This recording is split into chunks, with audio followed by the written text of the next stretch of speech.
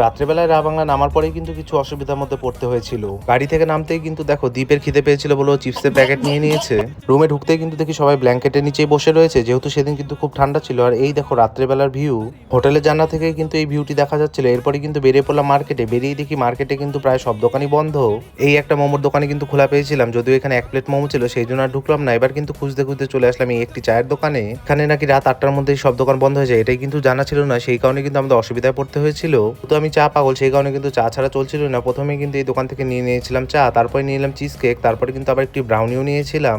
যাই হোক, এখানে খাওয়া দাওয়া কিন্তু বেশ ভালোই ছিল। এরপরে আমাদের হঠাৎ প্ল্যান হলো আমরা কিন্তু সামনে দিয়ে ঘুরতে যাচ্ছি। কোথায় ঘুরতে যাচ্ছি সেটা তো একটু পরেই দেখতে পাবে। এখানে কিন্তু কাল সকালেও আমাদের আসার কথা, রাতের ভিউটা কিন্তু ছিল অসম্ভব সুন্দর, সেটা দেখার জন্য এসেছিলাম এত রাতে এখানে। যেহেতু হোটেল খুব তাড়াতাড়ি বন্ধ হয়ে যাবে, সেই কারণে কিন্তু আর লেট করলাম না, এখানে ঢুকে পড়ছি কিন্তু এখন হোটেলে। যেহেতু এখানে খুব নেটওয়ার্কের প্রবলেম ছিল, সেই কারণে হোটেল ঢুকতে কিন্তু সর্বপ্রথমে ওয়াইফাই পাসওয়ার্ডটা নিয়ে নিচ্ছিলাম। এরপরে কিন্তু চলে গেলাম ডিনার করতে। যেহেতু আমি রাতের খাওয়াটা একটু লেট করে খাই, সেই জন্য কিন্তু সবার লাস্টে গিয়ে আমি খাওয়া দাওয়া করি। খাওয়া দাওয়া করেই কিন্তু চলে আসি রুমে। বাকিটা দেখাবো নেক্সট পার্টে। আজকের মতো বাই।